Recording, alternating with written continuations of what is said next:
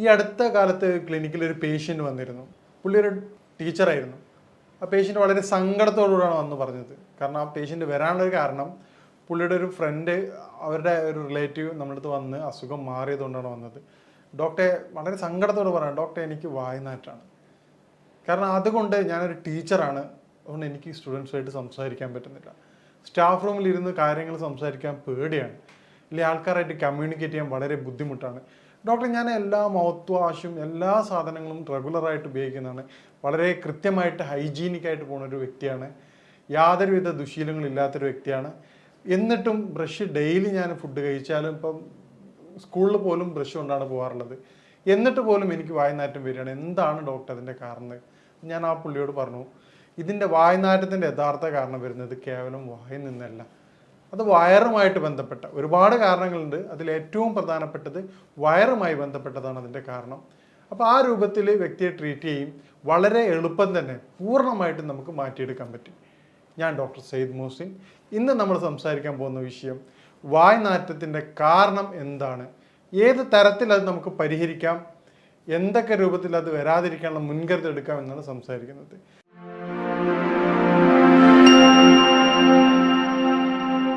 വായ്നാറ്റത്തിൻ്റെ ഏറ്റവും പ്രധാനപ്പെട്ട കാരണം കൃത്യമായ രൂപത്തിലുള്ള ദഹനക്കുറവാണ്. ദഹനക്കുറവ് കാരണം വായ്നാറ്റുള്ള വ്യക്തികളെ നമ്മൾ പരിശോധിക്കുകയാണെങ്കിൽ 90% രോഗികളും അവർ കഫവുമായി ബന്ധപ്പെട്ട രോഗികളായിരിക്കും. അവർക്ക് കഫത്തിൻ്റെ ബുദ്ധിമുട്ടുണ്ടാവാറുണ്ട്. കഫത്തിൻ്റെ വർധനവ് ശരീരത്തിൽ ദഹന പ്രക്രിയ അത് വളരെയധികം വീക്കാക്കും. ഈ രൂപത്തിൽ വീക്കാകുന്നതോടുകൂടി കൃത്യമായ ദഹനമില്ലായ്മയും പിന്നീട് ആ കഫം അവിടെ കിടക്കുന്നുണ്ടാകുന്ന സ്മെല്ലാണ് യഥാർത്ഥത്തിൽ വായ്നാറ്റായിട്ട് പുറത്തു വരുന്നത്. ഇത് നമ്മൾ കേവലം മൗത്ത് വാഷ് ഉപയോഗിക്കുമ്പോൾ ഏറ്റവും പ്രധാനപ്പെട്ട പ്രശ്നം എന്ന് പറഞ്ഞാൽ നോർമലി മൗത്ത് വാഷിൻ്റെ ഏറ്റവും പ്രധാനപ്പെട്ട ഒരു കണ്ടന്റ് ആൽക്കഹോളാണ്. ഈ ആൽക്കഹോൾ ഉപയോഗിക്കുന്നതുകൊണ്ട് ഈ കണ്ടന്റ് ബേസ് സാധനം നമ്മുടെ നോർമൽ ബാക്ടീരിയയുടെ ബുദ്ധിമുട്ടും മൗത്ത് ഡ്രൈ ആക്കുകയും ചെയ്യും. ഇത് വായ്നാറ്റത്തിനെ വളരെയധികം ത്വരിതപ്പെടുത്തുകയാണ് വേറെ തരത്തിൽ ചെയ്യുക. ടെമ്പററി സൊല്യൂഷൻ എന്നുള്ള അടിസ്ഥാനത്തിൽ ആ ഒരു സമയത്ത് മാത്രം മാറ്റം ഉണ്ടാകുകയും, അപ്പോൾ ഈ തരത്തിൽ കൃത്യമായ രൂപത്തിൽ ചെയ്യുന്ന വ്യക്തികൾ ഈ രൂപങ്ങൾ സ്വീകരിക്കുമ്പോൾ അത് ഗുണത്തേക്കാളേറെ ദോഷമാണ് ഉണ്ടാവുക. അപ്പോൾ എന്താണ് അതിൻ്റെ കാരണങ്ങൾ എന്ന് നമുക്ക് പരിശോധിക്കാം. മേൽ പറഞ്ഞതുപോലെ ഈ കഫത്തിൻ്റെ ബുദ്ധിമുട്ട് ഉണ്ടാക്കുന്നതിൻ്റെ കാരണമായിട്ടുള്ള കൃത്യമായ സമയത്തല്ലാതുള്ള കുളികൾ, പിന്നീട് ഈ കഫത്തിൻ്റെ പ്രയാസങ്ങൾ വരുമ്പോൾ ശരീരത്തിൽ ഉദാഹരണത്തിന് ഏറ്റവും പ്രധാനമായിട്ട് കണ്ടുവരുന്ന പ്രശ്നമാണ് അലർജി. ഈ ബുദ്ധിമുട്ടുള്ള ആൾക്കാർക്ക് ഒരു 70 to 80% പേഷ്യൻസ് പറയുന്ന, ഡോക്ടർ എനിക്ക് തുമ്മലിൻ്റെ ബുദ്ധിമുട്ടുണ്ട്, അല്ലെങ്കിൽ എനിക്ക് മൂക്കൊലിപ്പിൻ്റെ പ്രയാസമുണ്ട്, തലവേദനയുണ്ട്, അസിഡിറ്റി പോലെ തന്നെ എനിക്ക് ഏറ്റവും പ്രധാനപ്പെട്ട ബുദ്ധിമുട്ടാണ് ഡോക്ടറെ വളരെയധികം കഫത്തിൻ്റെ, കാരണം തല കുനിക്കുന്ന സമയത്ത് തലക്കനം വരികയാണ്. അപ്പോൾ കഫത്തിൻ്റെ ബുദ്ധിമുട്ട് എന്തൊക്കെയാണ് ശരീരത്തിൽ കാണിക്കുന്നത് ആ എല്ലാവിധ ലക്ഷണങ്ങളും ആ വ്യക്തി പറയുകയാണ്. അപ്പോൾ ഈ കാരണം നമ്മൾ പറയുമ്പോഴാണ് അവർ പറയുന്നത്, ഡോക്ടർ ഇതെനിക്കുണ്ട്. അപ്പോൾ കഫം വരാതിരിക്കാൻ എന്തൊക്കെ ശ്രദ്ധിക്കുക എന്നുള്ളത് നോക്കുകയാണെങ്കിൽ നമുക്ക് വായ്നാറ്റം ഒരുവിധം വരെ നമുക്ക് പരിഹരിക്കാം. അതിനുള്ള മാർഗ്ഗങ്ങൾ നമ്മൾ അവസാനം വിശദമായിട്ട് വിശദീകരിക്കുന്നതാണ്. ഇനി മറ്റൊരു പ്രധാനപ്പെട്ട കാരണമാണ് കോൺസ്റ്റിപ്പേഷൻ. കൃത്യമായ ശോധനയില്ലായ്മ വായ്നാറ്റത്തിൻ്റെ മറ്റൊരു പ്രധാനപ്പെട്ട കാരണമാണ്. കാരണം ഇന്നത്തെ ലൈഫ് സ്റ്റൈൽ കൊണ്ട്, കൃത്യമായ ഉറക്കക്കുറവില്ലാത്തത് കൊണ്ട്, രാത്രി വളരെ വൈകിട്ട് ഉറങ്ങുകയും രാവിലെ ലേറ്റായിട്ട് എഴുന്നേൽക്കുകയും ചെയ്യുന്നതിലൂടെ ദഹന പ്രക്രിയ വളരെ കുറവാണ്.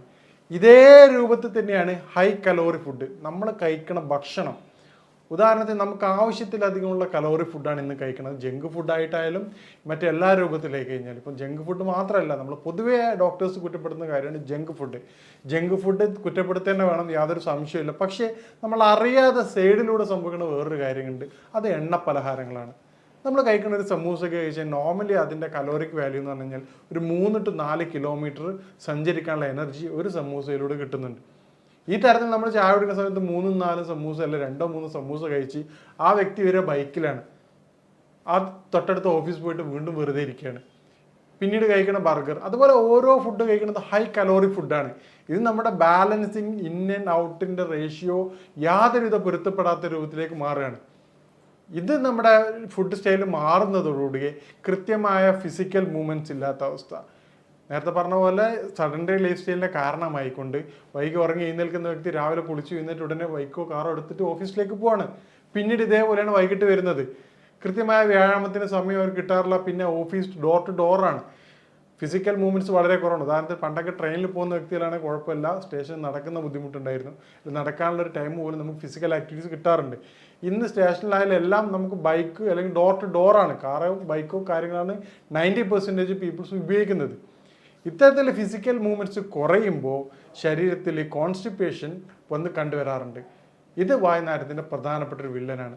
അപ്പം നിങ്ങൾക്ക് ഈ കോൺസ്റ്റിപ്പേഷൻ കൊണ്ടാണ് വായുനാറ്റം വരുന്നത്. വായുനാറ്റമുള്ള വ്യക്തികൾ കോൺസ്റ്റിപ്പേഷൻ അടിയന്തരമായിട്ട് ക്ലിയർ ചെയ്യേണ്ടതാണ്. അപ്പോൾ കോൺസ്റ്റിപ്പേഷൻ ക്ലിയർ ചെയ്യേണ്ട കാര്യം നമ്മൾ അവസാനം വിശദമായിട്ട് സംസാരിക്കുന്നുണ്ട്. പിന്നീട് ഉണ്ടാവുന്ന ഏറ്റവും പ്രധാനപ്പെട്ട ഒരു കാര്യമാണ് DNS, ഡീവിയേറ്റഡ് നാസൽ സിസ്റ്റം. മൂക്ക് വളഞ്ഞിട്ടുള്ള പേഷ്യൻസിന് വായുനാറ്റം കണ്ടുവരാറുണ്ട്. തുടർച്ചയായിട്ടുള്ള സൈനസൈറ്റിസ്, നേരത്തെ പറഞ്ഞ കഫത്തിൻ്റെ ബുദ്ധിമുട്ടുണ്ടാവണം, സൈനസൈറ്റിസ് ഉള്ള ബുദ്ധിമുട്ടുള്ള സൈനസ് ഇൻഫ്ലമേഷൻ ഉള്ള പേഷ്യൻസിന് ഈ പറഞ്ഞ വായുനാറ്റം വളരെ കോമൺ ആയിട്ട് കണ്ടുവരാറുണ്ട്. ഈ പറയുന്ന കാരണങ്ങളുള്ള വ്യക്തികൾ അതാത് കാരണങ്ങൾ ക്ലിയർ ചെയ്യാത്തിടത്തോളം കാലം നിങ്ങളെ ഈ അസുഖം നമുക്ക് പൂർണ്ണമായിട്ടും മാറ്റിയെടുക്കാൻ പറ്റാറില്ല. അതുകൊണ്ടാണ് പറഞ്ഞത്, ആ വന്ന പേഷ്യൻസിൻ്റെ തൊട്ട് മുമ്പ് അവർ റെഫർ ചെയ്ത പേഷ്യൻസിൻ്റെ അസുഖം വയറിൻ്റെ ബുദ്ധിമുട്ടായിരുന്നു. പക്ഷേ ഈ പറഞ്ഞ ടീച്ചറുടെ ബുദ്ധിമുട്ട് എന്താണെന്ന് കഫത്തിൻ്റെ ബുദ്ധിമുട്ടായിരുന്നു. അതുകൊണ്ടാണ് ഓരോ വ്യക്തികൾക്കും വ്യത്യസ്ത തരത്തിലാണ് അതിൻ്റെ രോഗകാരണം ഉണ്ടാകുന്നത്. ഈ രോഗകാരണങ്ങൾ മനസ്സിലാക്കാതെ നമ്മൾ ട്രീറ്റ് ചെയ്യുകയാണെങ്കിൽ അത് പൂർണ്ണാർത്ഥത്തിലുള്ള ട്രീറ്റ്മെൻറ്റ് ആകില്ല. പിന്നീട് വരുന്ന കാര്യമാണ് സ്മോക്കിംഗ്.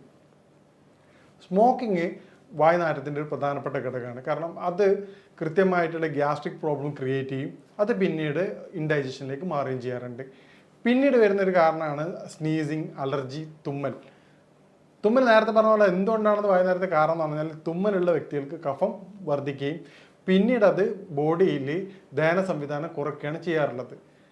നേരത്തെ പറഞ്ഞാൽ പിന്നീടുള്ള കുറേ കാര്യങ്ങളാണ് നമ്മുടെ സഡൻഡറി ലൈഫ് സ്റ്റൈൽ മാറ്റുകയാണെങ്കിൽ നമുക്ക് വായുനാറ്റം ഒരു പരിധി വരെ തടയാവുന്നതാണ്.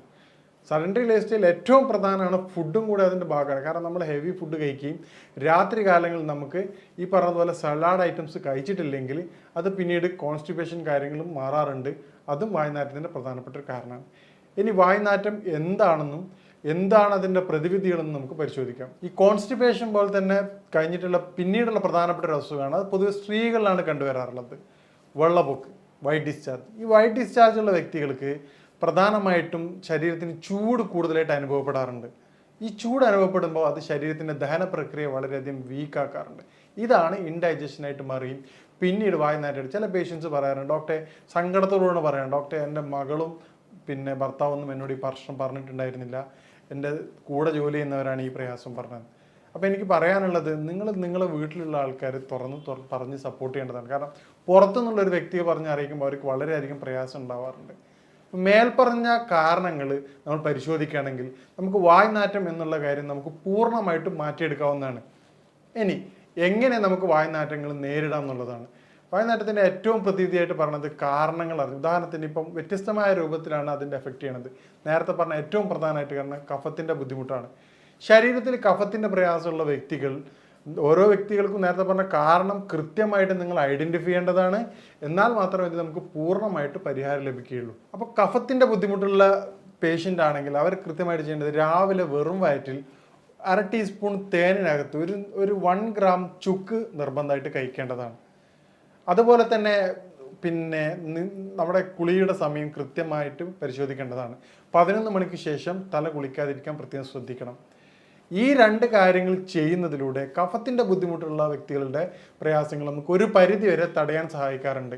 ഇതുപോലെ തന്നെ അവർ ഉപയോഗിക്കുന്ന വെളിച്ചെണ്ണ, ഏത് ഹെയർ ഓയിൽ ഉപയോഗിക്കുകയാണെങ്കിലും അതിൽ 1-2 വെളിച്ചെണ്ണയിൽ 1-2 കുരുമുളക് കൂടി ഇട്ടതിന് ശേഷം ഉപയോഗിക്കുകയാണെങ്കിൽ അത് കഫത്തിൻ്റെ ഇറക്കം വളരെ ഫലപ്രദമായിട്ട് തടയാൻ സഹായിക്കുന്നതായിട്ട് കണ്ടുവരാറുണ്ട്. പിന്നീട് നമ്മൾ കോൺസ്റ്റിപ്പേഷനുള്ള പേഷ്യൻസിനാണെങ്കിൽ രാത്രി നിർബന്ധമായിട്ടും നിങ്ങൾ സലാഡ് ഉപയോഗിക്കേണ്ടതാണ്. അതുപോലെ തന്നെ നിങ്ങൾ സലാഡിൻ്റെ ഒപ്പം തന്നെ കക്കിരി, പപ്പായ എന്നീ ഫ്രൂട്ട്സുകൾ ഉപയോഗിക്കുക. ഒരു വ്യക്തിക്ക് എന്ത് ഭക്ഷണം കഴിച്ചാലാണോ ദഹനത്തിന് സഹായിക്കുന്നത് ആ ഭക്ഷണ സാധനങ്ങൾ നിർബന്ധമായി ഉൾപ്പെടുത്തേണ്ടതാണ്. എല്ലാ വ്യക്തികളും നിർബന്ധമായിട്ടും 1/2 മണിക്കൂറെങ്കിലും ഫിസിക്കൽ മൂവ്മെൻറ്റ്സ് നിർബന്ധമായിട്ട് ചെയ്യേണ്ടതാണ്. കാരണം ഫിസിക്കൽ മൂവ്മെൻറ്റ് ശരീരത്തിൻ്റെ വളരെയധികം അത്യാവശ്യമായിട്ടുള്ള ഘടകമാണ്. ഇന്നത്തെ എല്ലാ ലൈഫ് സ്റ്റൈൽ ഡിസോർഡേഴ്സിൻ്റെയും അടിസ്ഥാന കാരണം ഫിസിക്കൽ മൂവ്മെൻറ്റ്സിൻ്റെ കുറവാണ്. പിന്നീട് നമുക്ക് ചെയ്യാൻ പറ്റുന്ന കാര്യമാണ് നേരത്തെ പറഞ്ഞ പോലെ വൈറ്റ് ഡിസ്ചാർജ് ഉള്ള സ്ത്രീകളിൽ, വയറിന് ബുദ്ധിമുട്ടുള്ള സ്ത്രീകളിൽ നമുക്ക് ചെയ്യാൻ പറ്റുന്ന കാര്യമാണ് തേൻ നെല്ലിക്ക. വയറിൽ ചൂട് കുറച്ച് തണുപ്പാക്കി മരുന്ന്, തൈര് ധാരാളം ഉപയോഗിക്കാവുന്നതാണ്. അതുപോലെ തന്നെ ജീരകത്തിൻ്റെ വെള്ളം. ഉച്ചയ്ക്ക് ഭക്ഷണം കൊണ്ടുപോകുന്നൊപ്പം തന്നെ ജീരകത്തിൻ്റെ വെള്ളം കൊണ്ടുപോവുകയാണെങ്കിൽ അത് ഡൈജഷൻ വളരെ സുഗമമാക്കുകയും അത് വായുനാറ്റത്തെ കുറച്ചും കണ്ടുവരാറുണ്ട്. ഇതുപോലെ നമുക്ക് സിമ്പിളായിട്ട് നാച്ചുറൽ മൗത്ത് വാഷായിട്ട് ഉപയോഗിക്കാൻ പറ്റുന്ന സാധനമാണ് പിന്നെ ഇലാച്ചി. ഏലക്കായ 1-2 എടുത്തിട്ട് പ്രത്യേകം ശ്രദ്ധിക്കുക, പെപ്റ്റിസൈഡ് ഉപയോഗിച്ചതാണ് മാർക്കറ്റിൽ അവൈലബിൾ. അതുകൊണ്ട് അതിൻ്റെ പുറം ഭാഗം ഒഴിവാക്കിക്കൊണ്ട് കുരുക്കൾ മാത്രം ചവച്ചേർക്കുന്നത് വളരെയധികം ഫലപ്രദമായിട്ട് കണ്ടുവരാറുണ്ട്. പണ്ട് കാലങ്ങളിലൊക്കെ ആൾക്കാർ ഇരട്ടി മധുരം, ഒരു ചെറിയൊരു കഷ്ണം ഇരട്ടി മധുരം എടുത്തിട്ട് ഒരു ചെറിയൊരു പീസ് എടുത്ത് ഇടയ്ക്ക് വായിൽ വെച്ച് ചവക്കുന്നത് കഫത്തിൻ്റെ ബുദ്ധിമുട്ട് കുറക്കാൻ വളരെയധികം സഹായിക്കാറുണ്ട്. ഈ തരത്തിലൂടെ കൺട്രോൾ ചെയ്യുകയാണെങ്കിൽ നമുക്ക് വായുനാറ്റം എന്നുള്ളത് വളരെ എളുപ്പം തന്നെ പൂർണ്ണമായിട്ട് മാറ്റിയെടുക്കാവുന്നതാണ്. ഇനി വായുനാറ്റം നേരത്തെ പറഞ്ഞതുപോലെ നമ്മുടെ പേഷ്യൻസിന് മാറുന്നതിൻ്റെ കാരണം അവരുടെ യഥാർത്ഥ കാരണം കണ്ടെത്തുന്നതിലൂടെയാണ്. മേൽപ്പറഞ്ഞ കാരണങ്ങളിലൂടെ നമുക്ക് വായുനാറ്റത്തിൻ്റെ കാരണം മനസ്സിലാക്കിക്കൊണ്ടാണ് നമ്മുടെ ക്ലിനിക്കുകളിൽ രോഗികളെ പരിശോധിച്ച് കൃത്യമായ ചികിത്സ കൊടുക്കുന്നത്. ഇതിലൂടെയാണ് നമുക്ക് പൂർണ്ണമായിട്ട് അത് മാറ്റം കൊടുക്കാൻ പറ്റുന്നത്. അപ്പം നിങ്ങൾക്കും നിങ്ങളുടെ കാരണം കണ്ടെത്തിക്കൊണ്ട് പൂർണ്ണമായിട്ടും അതിൻ്റെ പരിഹാരം നേടുകയാണെങ്കിൽ നിങ്ങൾക്കും വായുനാറ്റം പൂർണ്ണമായിട്ട് മാറ്റാവുന്നതാണ്. ഞാൻ പറഞ്ഞതുപോലെ എന്താണ് നിങ്ങളുടെ വായുനാറ്റത്തിൻ്റെ കാരണം എന്നുള്ളത് നിങ്ങൾ കൃത്യമായിട്ട് മനസ്സിലാക്കുക. ഈ രൂപത്തിൽ മനസ്സിലാക്കിയിട്ട് അതിൻ്റെ പ്രതിവിധി തേടുകയാണെങ്കിൽ നിങ്ങളുടെ വായുനാറ്റം നിങ്ങൾക്ക് പൂർണ്ണമായിട്ടും മാറ്റാവുന്നതാണ്. ഇനി ഇതുമായിട്ട് ബന്ധപ്പെട്ട സംശയങ്ങളും കാര്യങ്ങളും നിങ്ങൾക്ക് ബന്ധപ്പെടാവുന്നതാണ്. ഇനി മറ്റൊരു വിഷയമായിട്ട് കാണാം. നന്ദി.